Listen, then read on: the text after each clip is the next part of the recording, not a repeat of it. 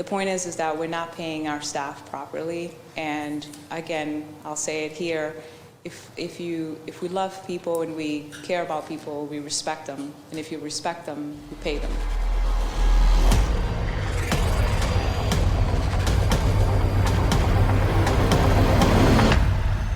All right, hey everybody! Thank you for tuning in to and taking the time to check out the official podcast of the BPPA. We call it, as we always do, answering the call. My name is Jamie Kenneally, alongside, as always, the president of the Boston Police Patrolmen Association, Larry Calderone. Larry, how are we doing today? Doing great, Jamie. Thanks for taking the time to put this together, along with everything else you're doing, Beacon Hill, social media, etc. And thank the men and women, as usual, for the job that they do extremely well, day and night, every day of the week. Well, that's what we do, Larry, at the top of the show. It's important that we kick off every show showing our appreciation and praise for the hardworking men and women of BPD. Always so much great work to being done and to acknowledge. That said, the issues at Mass and Cass continue. It remains a mess, and our officers are doing their best to clean it up and keep people safe. But what are your thoughts there, Larry? Yeah, Mass and Cass is heating up as the weather gets warmer. It's only going to get worse. More and more constituents are taking up residence down at Mass and Cass. And we've had some of our street outreach team members and drug control unit members that have been attacked while trying to keep the normal citizenry safe down there and keep drug peddling to a minimum. Just recently, I was going over a few reports and met with one of the officers from the outreach team, where our drug control unit officers were trying to effect an arrest. The individual ended up tackling one of our female officers, knocking her to the ground, getting on top of her. And as aid came to her as quickly as possible, the officers were surrounded not only by the residents, as I'll refer to them, of Mass and Cass, but by the mental health care workers that are supposed to be down there working hand in hand with the police department. They were yelling obscenities. They were chastising the police officers. Wow. It's out of control. Yeah. And our officers are down there trying to protect the citizens and the visitors and the people that are taking up residence there. And we're being met with resistance from the mental health clinicians that are supposed to be helping us. Give me a break. Yeah, it's only going to get worse. And I hope the mayor and the department at hierarchy are going to do something more to keep our officers safe first and foremost. We're down there doing our job, but we can't do it when we're being surrounded, kicked, and knocked to the ground. Yeah. No one has a right to put their hands on, to attack, to try to hurt or harm a police officer. We can't say that enough. Lots to get to in today's podcast. Erin Murphy coming up in a bit. Also want to thank Dan Ray, our guest in our last podcast. Larry, great conversation with Dan. But as always, the hot topic, the contract. As of June, I believe, are we 3 years? July 1st will be 3 years, correct. So July 1st, 3 years without a contract, which means 3 years of no raises, 3 years of stagnated wages. So where are we in the negotiations? I think we're up at JLMC, but you tell us, Larry. Yes, I know we touch on it every podcast here. So quickly, we are very close to having Joint Labor Management vote to take jurisdiction in the matter. As we've been visiting stations and roll calls and talking to the House of Reps, we believe that it will be imminent here in the month of May. Hopefully sooner than later. We expect JLMC to take jurisdiction and start the process moving forward. Soup to nuts, all said and done. Hopefully finished, complete with an award by October, November of this year. Definitely before the year is out. And just as a reminder to everybody out there, the process itself is a lengthy process, as we know, but going into the summer months of July and August do not help. You have attorneys on both sides that are taking vacations with their families, really slow down the process. So as soon as we have better news and we know JLMC has in fact started the process on their end and met with the mayor's office and then meets with us, we'll report back to the House and the members. But I've heard you say it a bunch of times. I want to give you a chance to say it again. You remain optimistic that our officers are going to be compensated and compensated well. I'm very optimistic, and I'll repeat again what we're saying at roll calls when Chris, myself, you, and other leadership members are out there.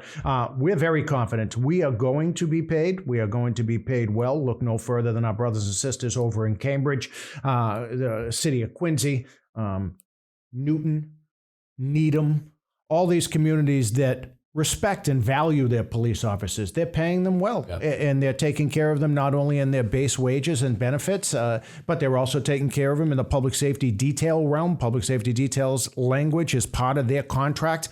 Without a doubt, that is one of the things we're striving to do, is make sure that our detail language is tied to our contract. So in the future, we can't have city councilors pretend that they're going to take away our livelihood. So we're very optimistic. I believe that we are going to be extremely successful in this arbitration. And just stand by and hang on, folks. We're all the way. Well, it's funny, you used the word respect. Of course, we heard Tanya Fernandez-Anderson at the top of the show talking about respect. And again, she said, if you love and care about people, you respect them. If you respect them, you pay them. So can we expect Tanya to live up to her words, and other councilors as well? I mean, assuming they respect the great work the hardworking men and women of BPD are doing out there each and every day? Well, I'm going to keep that thought of do they respect us to myself for the moment. Proof is in the pudding. We know. Actions speak louder than words. So, yes, I expect Councilor Fernandez and other very vocal councilors to uphold their end of the bargain, respect their police officers, fund the contract when it comes forward. We know that the mayor is bound to abide by the contract language that comes from the arbitrator's decision. It is the mayor's job to advocate for passage along with ours.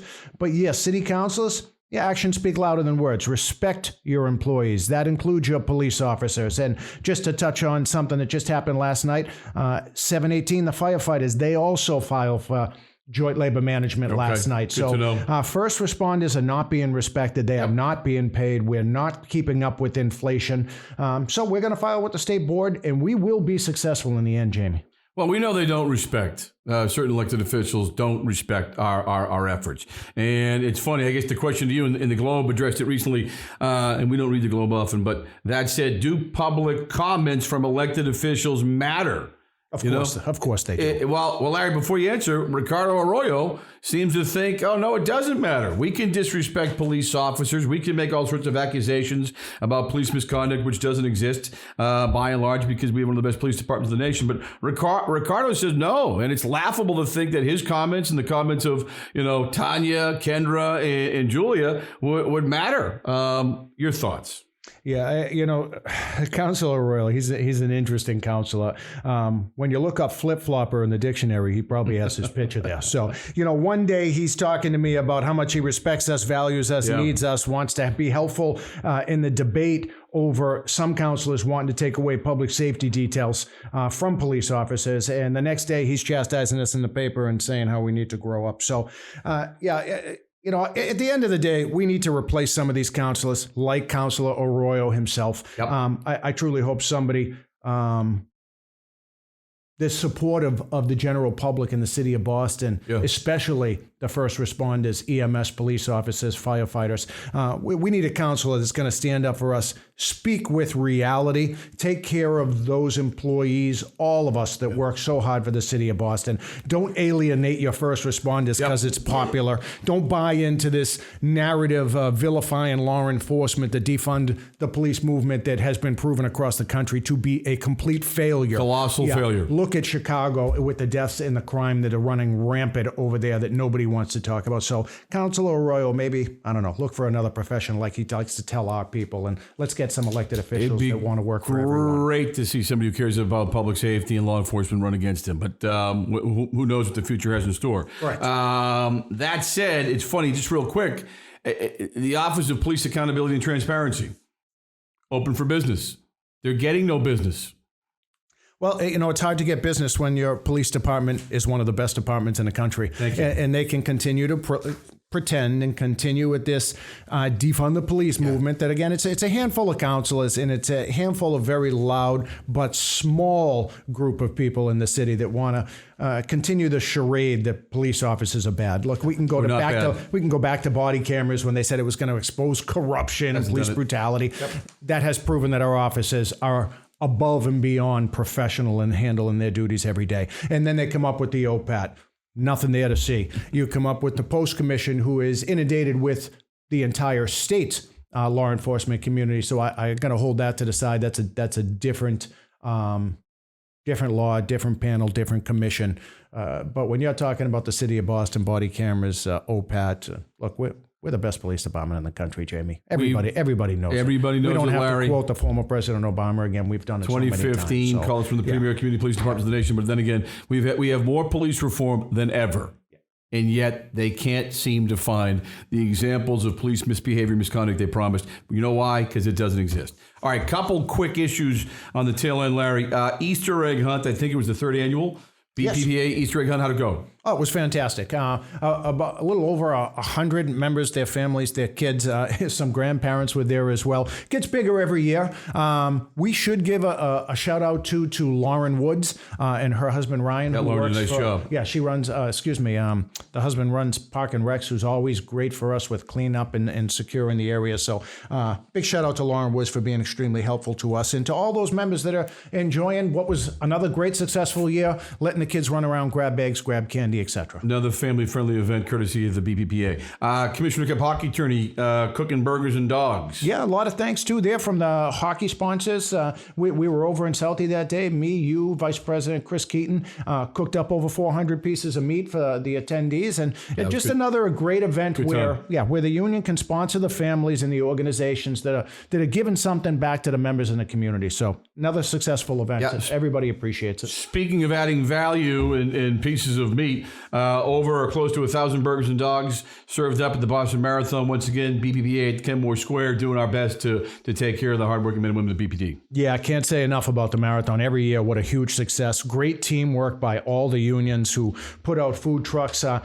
Big shout out to the Providence Fire Signal Operators. That's that fire department organization from Providence. That they're great. They come every time we ask them. Yep. They're here for every marathon, every Caribbean festival. Unfortunately, when we had some civil disobedience a few years back, they were up here as well helping. So marathon, huge success. Yeah. Not only from our perspective for providing for the union members there in Kenmore Square, like we do every year, like you say, almost 1,000 pieces of meat between. Huge. Yeah, sausage, chicken, soup. Soup this year. Hello. People made fun of me for the soup, but that was me. Officers were coming back for second and third cups of soup on a cold, rainy day. But we were able to donate food to the Brotherhood of the Fallen, who also helped up officers from B2 on the other side of Kenmore Square. Yep. So a lot of people helping out, a lot of people sharing the responsibility to feed everybody that was volunteering, men and women in uniform. So hugely successful. Again, we thank everybody. All right, two quick things before we get to Erin Murphy, our guest on today's podcast. Formal dress jackets, again, another huge achievement for the first time I know in our history, Larry. Finally, the men and women of the BPD have a formal dress uniform. Have we passed them all out? And what has the reaction been? I know it's been positive. Yeah, the reaction is fantastic. For once, the union, I shouldn't say for once, but this union, this leadership, myself, who is the one who put the motion forward in the House passing and allowing this to start. It did take time, but here we are. Almost everyone has now a uniform dress jacket. When we go to these special events, we can look like the professional organization that we are. If you do not have your dress jacket, please see your elected representative from the BPPA House of Reps. I believe there are a few specialized units, Jamie, who have not picked up the majority of their uniforms. Okay. But come get them. Yeah, they know. They're working with Officers Mendes and Kevin Zarnock to have that happen. And for those officers who are unable to get fitted for some reason, we'll be going back to the House of Reps to figure out how we're going to make that happen. The commissioner has made it clear that he is not supporting or approving the new patch. He is not providing any more release time for the union to be involved with fittings, but we'll figure that out as time moves on. All right, Erin Murphy coming up after the break. Stay with us. All right, everybody, citywide city councilor Erin Murphy is our guest, a former school teacher with over 2 decades of teaching experience in the Boston Public Schools. I mean, Erin really she's one of our favorites, Larry. There's no question about that. So, Erin, first things first, you should know you are our first elected official on the BPPA podcast, so I'm sure you're pretty psyched about that. Wow, I didn't know that. This is exciting. I feel honored. Yeah, I think there's a free T-shirt. I'm not sure yet. We'll have to check that. What do I get for that? I think sometimes I stick my neck out for you. I should get a T-shirt or something. You at least a T-shirt, and we certainly appreciate you and everything you do for us. So first things first, we're ecstatic. I know you've announced that you're running for a second term. I believe the official announcement is going to take place May the 6th at the Industry at 750 Adams Street in Dorchester. Again, we couldn't be more excited, but I got to ask, was the decision to run again, was it an easy decision to make, Erin? For me, absolutely. The work isn't done. It's just beginning. And this first term, I'm in 15, 16 months in now. The city just needs more people, I think, like myself, showing up, being honest, talking to constituents, and really hearing what people need and want, and not just guessing or making assumptions and pushing policy that doesn't match what the people want. So absolutely running for re-election. My kickoff is May 6th to start getting signatures and get on the ballot. As you know, it's every 2 years. So before you know it, you're up for re-election. But I'm excited to be back out there. Yeah. How quick did that kind of go by? Very quick, especially because, the election won't be until the fall. But by the time you sign papers and collect signatures, it comes quick. Well, I know the first time you ran, of course, you had our support, and our support for you obviously continues, Erin. And the one thing I want our listeners to know and our members to know, we're always asking elected officials to actually go on a ride along and put yourself in the seat of a police officer. You were one of the few to do it. And I can tell you, and I know you know this already, it meant a ton to us and to our officers. And I got to ask you, given that experience, I know it was District A1. I think it was you go first half or midnight shift? I'm trying to remember. Yeah, I did. I showed up at roll call, and then I stayed until I think 3 a.m. Awesome. Maybe 4. So it meant a lot to. Yeah, what did it mean to you? It meant a lot to us. What did it mean to you? What did you learn? One thing I had seen that it had gone out there that people had been asked in the past and never took you up on the offer. And the first thing I said is, wait, I've been asking. I want to make sure. Right. Who do I call to make sure I can make this happen? And I got connected with A1, and I was excited for it. One of the reasons, and something I've always said, is as a school teacher in the city of Boston for over 20 years, lots of times people are making decisions for us and never spending one day in a classroom, never a teacher, but thought they knew better. And I wanted to make sure I understood, especially knowing that I was going to win and represent the residents of the city of Boston, but also represent our police officers. Like, what is your job really like? What are your challenges? What is a shift like? What do you encounter? What do you need? And how I was going to be able to then be more supportive. If I don't show up and listen and learn from not just residents, but our city workers, then I don't think I'm doing my job in representing as well as I could be. Well, I don't know what your takeaway was, but I can tell you the takeaway from the officers there, and I think all of them pretty much to every person kind of said the same thing. You valued our workforce. You made them feel important because you took the time to listen. And that seems to be something you do better than just about any elected official. Well, yeah, I think the narrative that the police are not part of the solution is just silly. Not only are you fellow city employees, and you're also many times residents, dads, coaches, moms, you're out there in the community, and we have to support all of our city workforce, especially our police who put their life on the line and show up. And especially coming out of COVID and the pandemic, it really showed which departments step up and don't get a day off, don't get to work remotely, and we need to respect that. Yeah, we appreciate that. That was certainly our workforce. So I want to quickly say, anybody who follows you on social media, and of course we do, I mean, you are everywhere. Up at the crack of dawn, not home until the sun goes down, north end, south end, westy, easty, southy. You're always someplace, always talking to and connecting to people. And it seems, and it doesn't seem, and I know it's the case, you're well received everywhere you go. And I know that because just a little small things you do for our officers, like at parades and public events. And I want folks to know this. You always go out of your way. Always go out of your way to approach our officers, acknowledge them, and thank them. How come? Well, especially when they're out there working, just to make sure I acknowledge that, I see them. They're humans.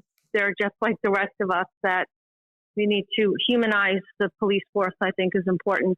And just to let them know that I see them, and I do it to the police. But I said, someone asks me why every morning I say good morning to the security, the municipal police, or the secretaries, and I was like, maybe I was brought up differently than some of these other people, but my dad said on my first day teaching in the Boston Public Schools, the two people I have to make sure that I'm respectful to and become friends with is the custodian and the secretary. And they Love said, it. if you do that, you're going to have a good career. It always stood by me. Yeah, it's great advice. We're all equal. Yeah, especially to think now that I'm in this position too. Like we're all just trying to get through and do the best for ourselves and do our job and raise our family. And just for me, it's just making the city better. And you do it so well, connecting with people, valuing people, respecting people. That's how you bring people together, and you certainly do that extremely well. All right, school safety. Undoubtedly, you've been ahead of the curve on this. One of your core issues, and I think let's face it, it's common sense. If we're going to make schools safer, common sense deterrents like metal detectors, like resource officers, and there's folks who say, oh, that's crazy. There's a prison, school to prison pipeline, which I think is absurd. But just yesterday, a new poll by Mass Inc. essentially confirmed everything you've been saying all along. And I think the study by Mass Inc. said upwards of 75%, which is a huge number, of BPS parents agree with Erin Murphy, and they want more safety. They want common sense deterrents like metal detectors and police officers in schools who can build positive relationships. So what were your thoughts when you saw the poll come up? As you know, not surprised, but happy to see that the parents saw that poll as a way to safely share their concerns. Because what I hear time and time again from parents, students, teachers is they don't know who to call. They're afraid. They text me, they call me to say, this is going on. No one's listening to us. So I was happy to see that and that the newspapers wrote about it. Unfortunately, sometimes things happen and then it's not reported on. Councilor. But, yeah. Sorry, Councilor. Larry Calderone. No. Go ahead. Let me just say again and echo what Jamie's saying. Thank you very much on the behalf of all the members that we represent and that you represent as a councilor for being there for them. It means a tremendous amount for them to have an elected official go up and say thank you, say hello, recognize them for the work they do day and night. But what we're talking about, Boston Public Schools, put something on your radar. I don't know if you're aware of it or not, but a couple of weeks ago, in the State Post Commission public meeting, I asked a question about SROs in the schools because it's been reported to us here at the Union Hall that the Boston Police Department is trying to enter into an MOA with the Boston Public Schools. It seems to be under the radar. I don't know if elected officials are aware of it, but we became aware of it. We're trying to weigh in and find out what exactly is going on, because what's being reported to us is that the school department is mandating the police department to instruct officers when they come into contact with individuals at the school, if we're lucky enough to be spoken to by the teachers or the administrators there, that they do not want a name of a student in the report. And that flies contrary to what we're teaching our recruit officers coming out of the academy, the standard that they're being held to under the new post law. It flies in the face of what truth should be and transparency should be. How do we have children in school carrying weapons, carrying guns, assaulting teachers, assaulting their classmates, and then we've had a few bus incidences. Yesterday, a bus driver was attacked. I think someone may have been also this morning. I was hearing. So on that issue, for me as a teacher, a mom who raised my kids, the pipeline to prison to me is the lack of academic success. When 91% of our students at Madison Park High and when over 20% of our students across the system are failing, to me, that's a pipeline to prison. We're not preparing our students to be ready for the workforce. No, that's a great point. And when you're leaving out the rank and file and the people that are answering the calls for service, when you're entering into an agreement with the school system, it doesn't look like transparency to me. And I'm not spotting you, Councilor. I'm spotting I guess the police commissioner of the department and the mayor of the city of Boston and the school department head, the principal or the school administrator herself. Someone needs to be accountable and somebody needs to share this information. We shouldn't be putting together a memorandum of understanding instructing officers to not be truthful. Not do what you're legally supposed to do. Yeah. My opinion, too, is that, and I've said this before, police are in the business of public safety. They don't want to be teachers. They're not educators. And our teachers are not in the business of public safety. So we don't want to do each other's jobs. But when it does happen, and like you said, it does happen, we've had students bring weapons, fight, and then the police need to be called. The public safety should be utmost of everyone's concern. Couldn't agree more. Not whether or not they're going to get in a building. So if someone wants to call 911, they should feel safe to Correct. just call 911. Correct. And if somebody's toting a weapon in school, a firearm or a knife, and that student's assaulting people, then that needs to be dealt with on a professional level. There are many different avenues we can go, but instructing police officers not to report it, that flies in the face of transparency in the law. Absolutely. I mean, we can hide a name from the media. We can keep, and kids under 18, there's all of those important things we have to worry about, but the actual report should not be dictated by a school department. Couldn't agree more. Thanks, Councilor. Erin, so we're going to close. Last question. By the way, great job on OTR. I saw you sit down with Sharman Cicchetti, and she asked you a question at the end because obviously we want to see you top the ticket and get the most votes of any councilors. But did she surprise you with the question about a mayoral run sometime in the future? Yeah, I wasn't expecting that question. I think I was prepared for all the other ones. But just like I told her, I feel like anything's possible in your life, and who knows what the future brings. I never thought I would be leaving my kindergarten classroom job that I loved for a couple decades to be in this role now as a city councilor. So I can't rule out anything in my future. Yeah, I think it's a credit to all the hard work that you've been doing, and of course, we appreciate your time. Last thought for you: anything you want to say to the hardworking men and women of the Boston Police Patrolmen's Association? The last comment is left to you. Oh, thank you. Just thank you for all you do. I recognize you. I respect you, and I hope that the climate is shifting. One of the things that came out of the poll, which is something you know and I know, going to neighborhoods and talking to residents all across the city, is they want more of a police presence. They want more of the community policing. They want the good weather's coming. They want police on bikes. And so there's a small group of loud voices saying differently, but the actual residents, the seniors, the moms who just want neighborhood safe, park safe for their kids, for their family.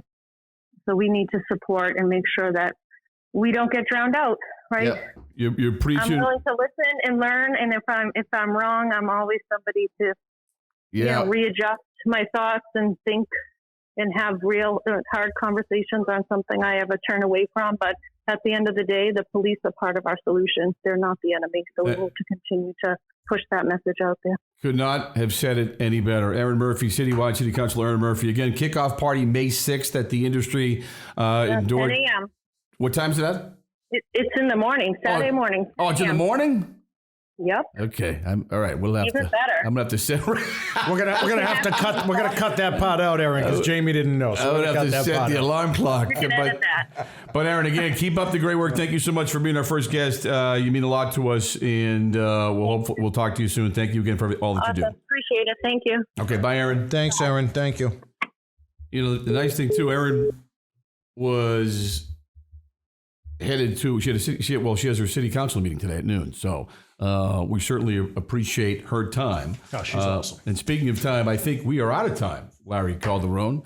That is that episode 7? Feels like episode 17. Anyway, whatever it is, that is the end of today's podcast, the BPPA podcast, the official podcast of the Boston Police Patrolmen's Association. Larry, last thought for you. Just the usual, thanking the men and women out there in uniform that are answering the calls for service every day. And I want to touch upon especially the drug control units that are down dealing with that mass and cast situation that we just referred to. we need to make sure that everybody is being safe, protecting each other, backing each other up, and doing the best we can with the shortage of manpower that we have. So thank you for what you do, and be safe out there. See you soon. Larry, could not agree with you more. And to the thousands of listeners out there, please, if you have a show suggestion, idea, thought, critique, you name it, please send it to us at answeringthecall@bppa.org. Again, answering the call at bppa.org. Please send those comments along. I'm Jamie Kenneally. He's Larry Calderone. Until next time, be safe, everybody.